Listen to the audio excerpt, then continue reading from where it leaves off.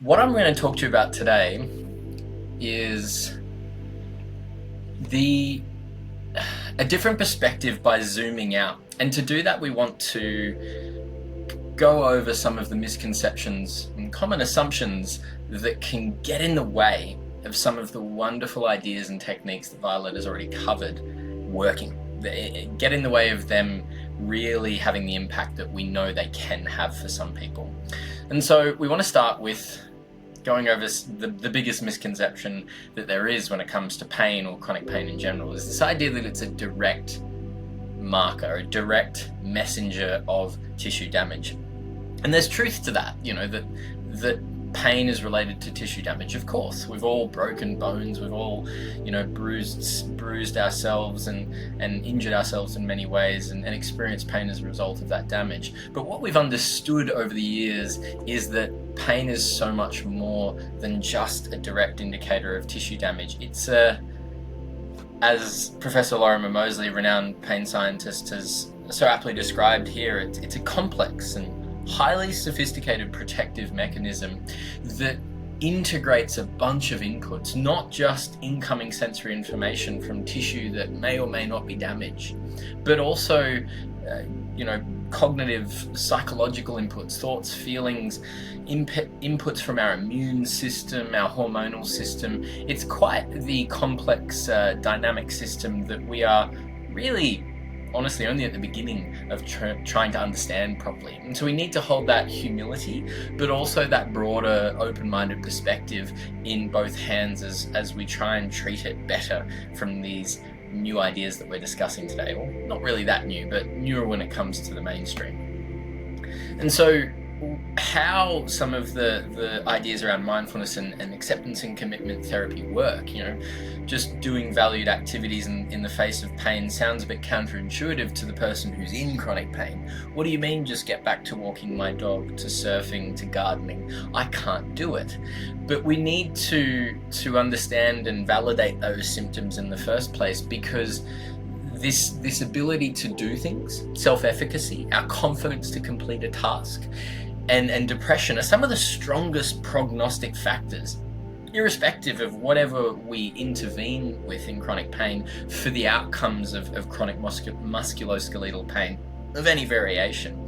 Not the degree of tissue damage, not a bunch of other things that we might consider, but those two things. And that's why mental health and neuroscience, neuroplasticity and mindfulness are so important for our talk today.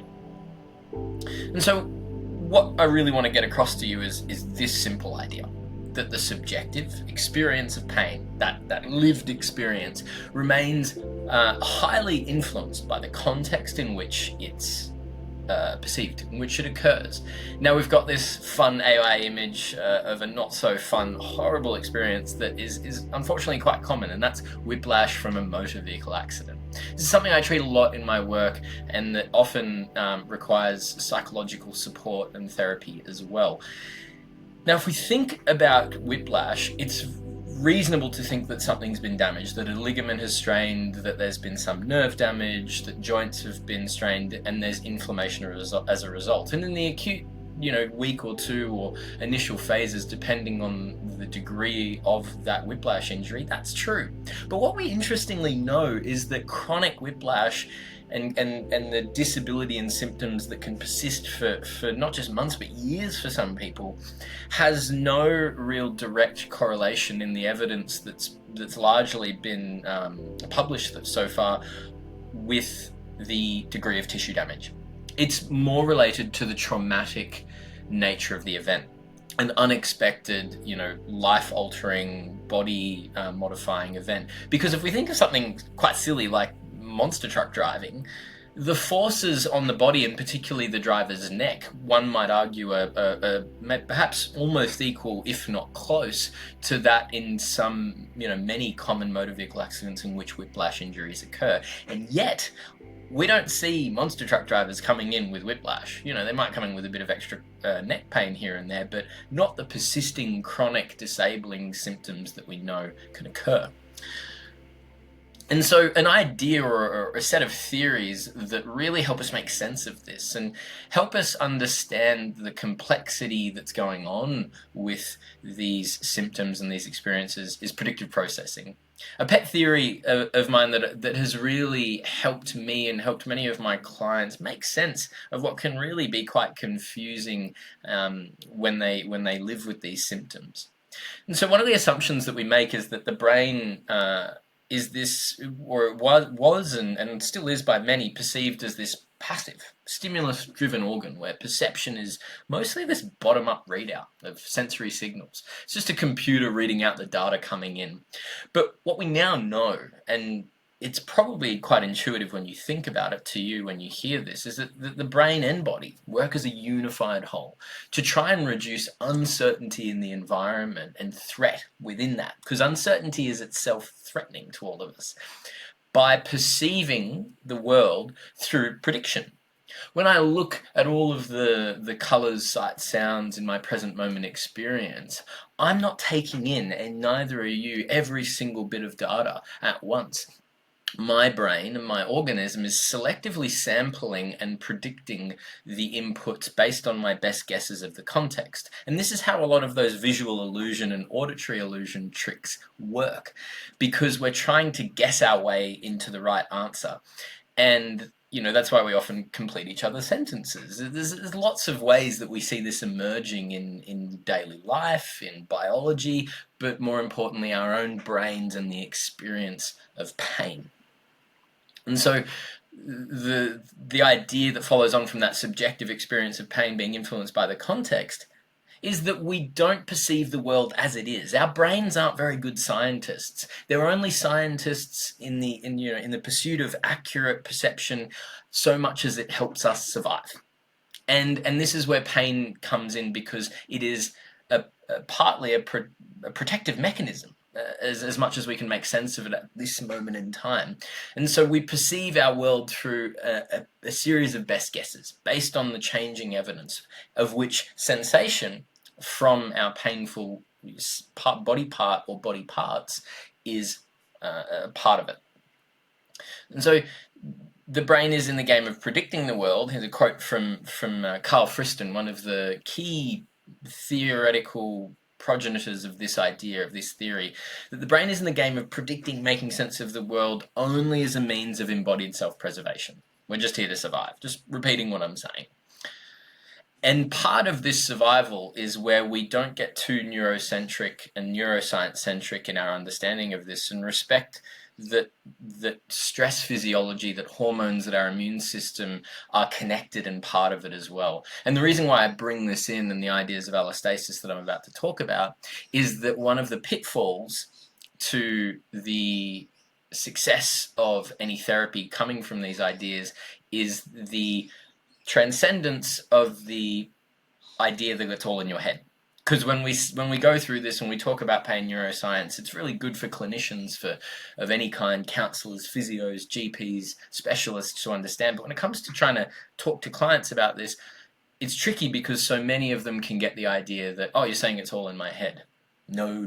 It's not all in your head. Tissue damage matters, yes. Your thoughts and feelings matter, yes, but they're not ever the sole reason for why people are in pain. And allostasis helps us make sense of this partly. Allostasis is simply the way our body regulates our normal functioning in response to the stresses of a fluctuating environment. And what else could be more stressful or fluctuating than persistent pain?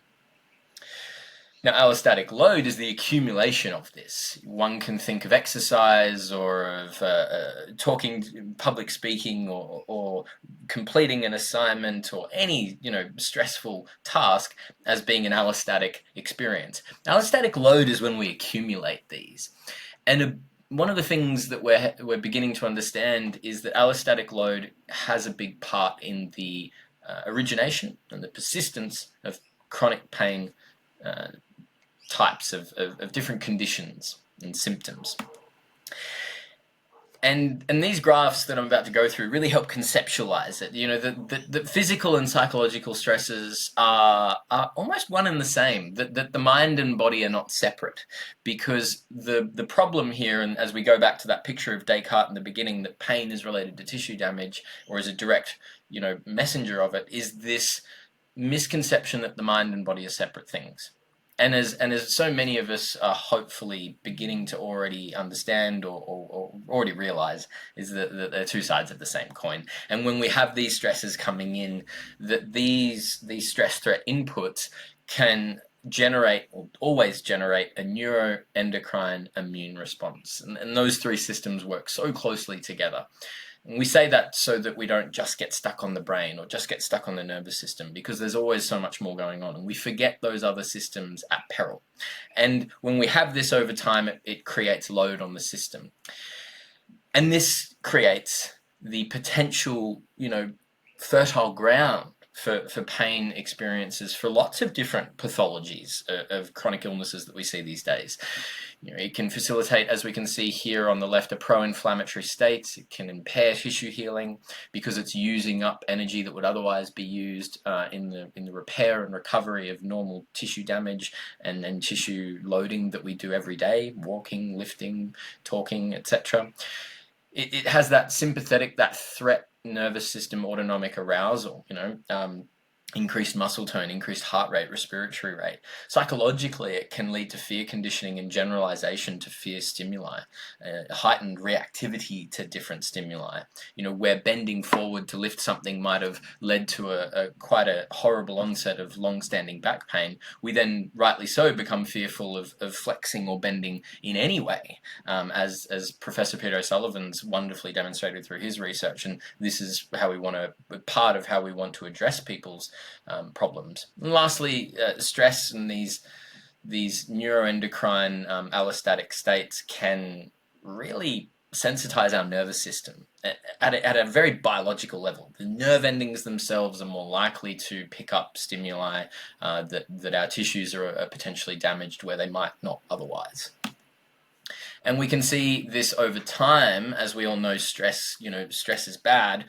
It's relative. Stress can be helpful, but over time, if we're in high stress states where we're not able to adapt and meet the demands and they exceed our capacity, then we can get all manner of different issues, of which persistent pain can be one of them. And one really nice way to visualize this is this bar graph, or this idea of a body budget that I use so much in my daily clinical work with people in this population. And you can see here, nicely but imperfectly visualized by this paper in 2022 by Natalia Boba Alves et al., where in this sort of yellowy orange bar we can see that there's a certain amount of energy always there to keep our vital functions going, and then the orange or ochre color bar there for all the things that keep us awake and talking to people like yourself. Then there's this additional bit, the green bit, that's there to repair, to maintain the different organ systems and tissues and allow them to basically keep them in good nick as we use them, strain them, deplete them in our daily life. Now, the allostatic stress energy expenditure, the big red chunk there, it depletes our budget. You know, it's much like any other big stressor that might deplete your financial budget, you know, either your individual or your family or your business budget, that then takes away from those much needed funds that would otherwise be used for the maintenance and repair of your house, your wardrobe, your car, your business. You know, the list goes on. You can get the idea, and so it becomes quite a useful one for clients. And so this is where the mindfulness comes in, and this is where my background as a yoga practitioner and teacher for over 10 years nicely interlinks, finally, in my work as a physio, is that so many of us get stuck in these acute and chronic threat states where we're stuck in a sympathetic or fight and flight dominant state, not full-blown bear chasing us through the woods kind of thing, as we all know, but more that, you know, slightly turned up too much. The oven's on just hot enough to slowly cook things. We need to bring it down, and we need to find what was really nicely stated as deep rest by this really cool paper from Alexandra Crosswell and her team. Where contemplative practices and really modern psychotherapies like acceptance and commitment therapy that Violeta wonderfully described before help us come back to a sense of parasympathetic dominance as often and as frequently as we can and need to facilitate deep rest. And this isn't just a psychological thing. It facilitates cellular health at the very mitochondrial level that can then help every part of our system, from the mitochondria in our cells to the tissues to the organ systems to the person with thoughts, feelings in the social context that they live. All of those levels can be functioning at how we want to facilitate well-being and quality of life, rather than these really unpleasant and disabling symptoms. So what is mindfulness? We've already had this quite nicely described by Violeta, so I'm going to go over this just briefly and go into some of the research to help back up why those ideas work. And of course, it's a non-elaborative and non-judgmental awareness of present moment experience, which is quite a rare and difficult thing to do in our culture and in this day and age. Can we just be in the moment, in full appreciation and absorption into it, without the secondary commentary and judgment that so many of us always have? And when it comes to pain, that commentary and judgment can inflame and amplify the sensory experience, the unpleasantness, as Violeta described, quite intensely. And so we want to understand how to calm that down. And mindfulness has these sort of two components: attention to the present moment, and of course, as Violeta described, this acceptance, this openness, this attitude that then allows us to actually be with it, because it's quite challenging. I'm yet to meet someone who finds it easy. Now, here's the research. So for the rest of today, we're going to cover some really fascinating research to back this up and to give us some direction as to where this moves clinically, and then we can talk about what hope there is for the future. So in a wonderful paper in 2011, an experimental paper by Joshua Grant and his team, they looked at experienced Zen meditators, people like myself who use their annual leave to go and sit and stare at a wall for a week for years on end, or not years on end, but for years on end of their life, they're integrating this practice into their life. And Zen meditation is basically just what we talked about before: this open awareness, the ability to sit in present moment experience and not run away from it, and to do that repeatedly for a few or many minutes each day, to establish this as a trait, as a skill, really. And so what they found when inducing experimental pain in these Zen meditators, that they had less pain intensity, and particularly more so less pain intrusiveness or bothersomeness. It's not quite the right word. It wasn't as unpleasant for them. And when it comes to the neuroscience of this, they found that there were greater activation in the somatosensory regions, but also conversely deactivation in the appraisal related regions like the ventromedial prefrontal cortex, VMPFC. Now, the prefrontal cortex, as many of us might know, is that part of our brain that's related to our sort of conscious cognitive regulatory experience. It helps us inhibit and change our behavior, but it's also related to, as we think, the default mode network and our constant rumination that we all have, that constant commentary that makes mindfulness such a challenging skill to develop. And so we can see here some of the visual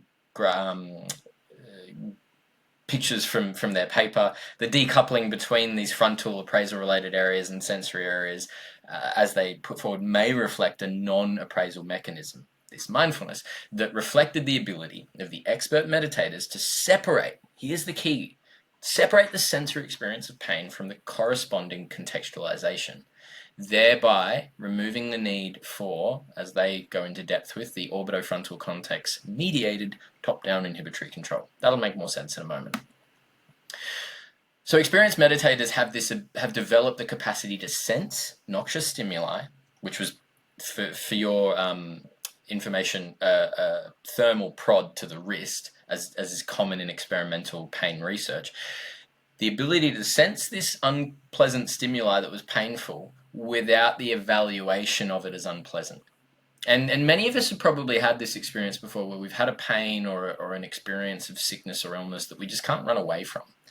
And it's only really then that many of us learn that acceptance and non-judgmental awareness, that non-appraising awareness, where we can just be in it, actually makes it a bit less suffering, a bit less intense, a bit less painful for us. And this is the truth that goes back, thousands of years in human culture, that many of us, I think, know intuitively, or at least we should spread this to those who don't.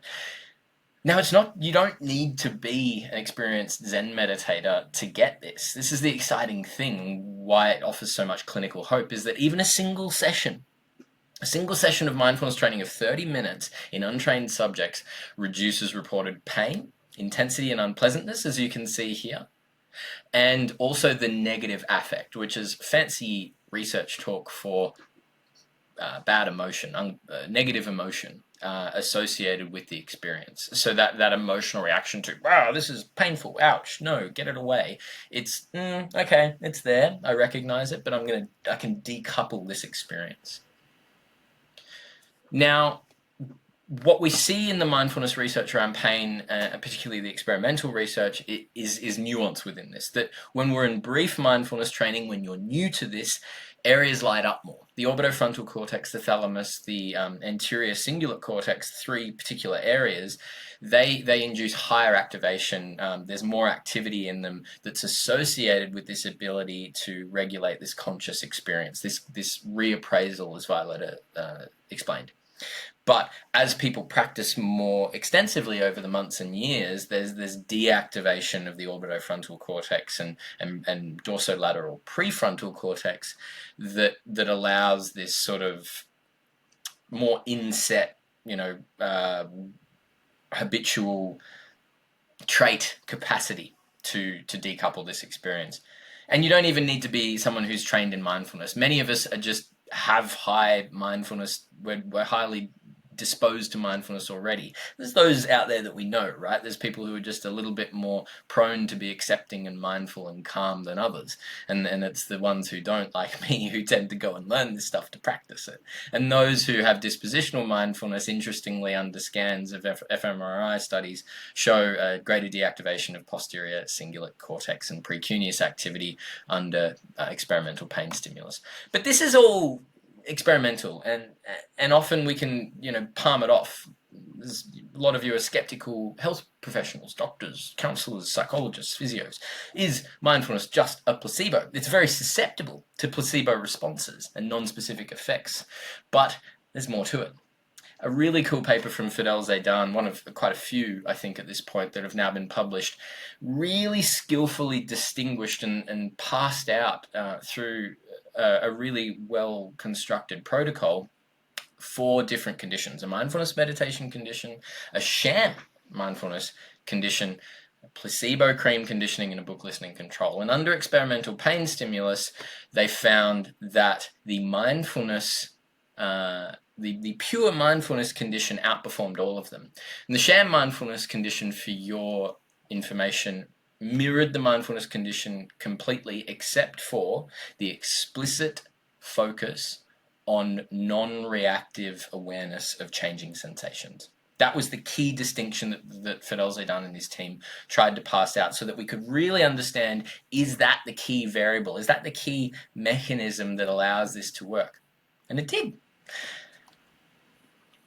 And so mindfulness meditation was, in the real world, there's a really good paper here. Sorry, the pictures disappeared, but we'll put up the references on the YouTube video when this is posted. But when it comes to real-life research in clinical populations of those with long-standing chronic pain of all different types and a large systematic review, mindfulness meditation was associated with a small effect of improved pain symptoms compared with treatment as usual, which is pretty fascinating, because treatment as usual is pretty intense, it's pretty expensive, and it's pretty laborious. Injections, surgeries, extensive physio and psychotherapy, all of which have their place and are useful, but mindfulness meditation, I think, can enrich enrich all of them, and perhaps reduce the less intensive and expensive therapies out there, like complicated surgeries and pain procedures. Now, one big problem that's out there, particularly in America, where I just was on holidays, is an opioid epidemic that we've all heard about for years. Thankfully, it's less prevalent in Australia, but it's still a problem. And those who experience opioid misuse and addiction have been shown through this wonderful paper and set of research by Eric Garland out of Utah through this particularly constructed program similar to mindfulness-based stress reduction that John Kabat-Zinn created. He created this mindfulness opioid recovery enhancement. And in a sample of 115 chronic pain patients, they showed that who'd had opioid prescriptions for more than 10 years, the misuse decreased by 63%.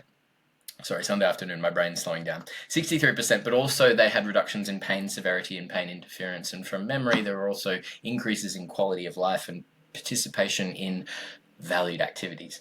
So how does this all work, as best as we understand, to kind of start to tie it up a bit? Well, mindfulness meditation improves chronic pain symptoms through these unique mechanisms, like disengagement from this pain-related threat, a reduction or perhaps even an extinction of fear conditioning, and these acceptance-based coping strategies and strengthening of one's capacity to self-regulate their emotional effective responses to these painful symptom experiences. But here's a question I get a lot. What if I don't like meditation? And this isn't something I'm preaching to every client. It's a selective intervention that's there for the person that's ready and that needs it. What if you don't like meditation? How can we potentially get these similar effects from a different intervention? Thankfully, coming from yoga as well, we've got breathwork or pranayama. Slow-paced breathing in particular has been shown to perform as equally well in these similar experimental and clinical trials to mindful attention interventions. And thankfully, breathing practices are more immersive. You can't get distracted as easily, and they're very brief and effective. So it's something I use a lot to either segue into mindfulness or as a standalone and long-standing intervention on its own. Now, when it comes to predictive dynamics, this was something I was going to cover, but I'm going to glaze over this pretty quickly because it's we're running out of time and I want to make sure we've got time for questions.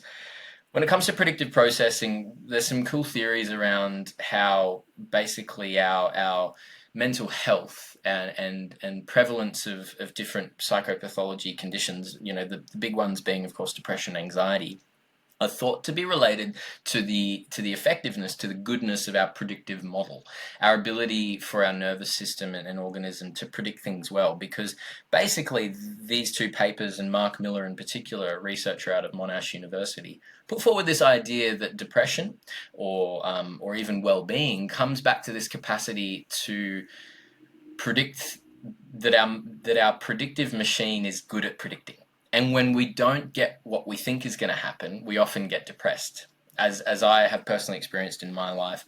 And where mindfulness can come in, and and Violeta's work every day would be like this, is that mindfulness can bring someone's attention down to regulate this predictive model so that you can see things from a different perspective, this reframing she spoke about, to see things actually going perhaps better than you thought. And in the context of chronic pain, see that the pain isn't actually there all the time, and that there's windows of opportunity to do small amounts of valued activities and see things going better for yourself than you expected, and then this predictive model regulates itself. This is something I can talk to any of you in isolation about further after this talk if you like, or you can look at the Contemplative Science podcast and listen to some of their episodes where they dive into this in depth.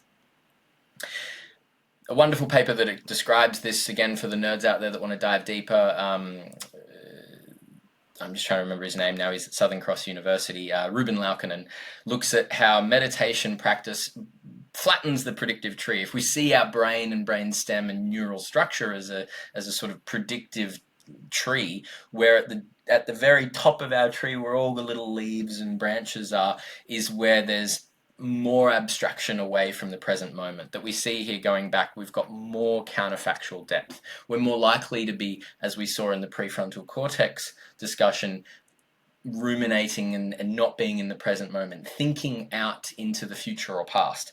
And so what meditation is thought to do in this model is bring us back down into the present moment, but also neuroscientifically bring the activity in the nervous system in the cerebral cortex down into the insula and brainstem, where more basic open awareness and non-dual awareness states can be accessed. And that's the gist of these two.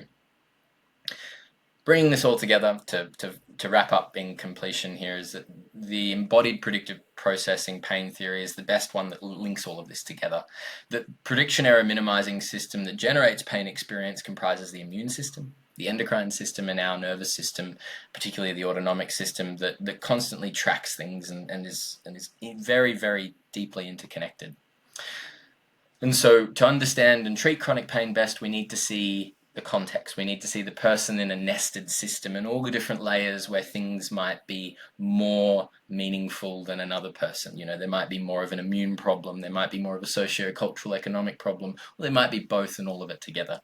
As John Muir says, it's a nice quote I wanted to finish with, when we try and pick out anything by itself, we find it hitched to everything else in the universe. So for those out there who want to connect with me on Instagram, it's Yogic Physio, or with my work at Vive Pain and Fatigue. We are a persistent pain and invisible illness telehealth rehabilitation clinic. We help support the wonderful work that Henry and Violeta and the many other great clinicians do at Wombat, where they help people with the psychotherapeutic side of things. We're there to do the physio side of things and make that accessible to anyone in the country. And I think the more we can connect these things together, the better. And if you want to see me in person, I'm here in the Gold Coast. Thank you for listening. If you have any questions, I'll close this down and we'll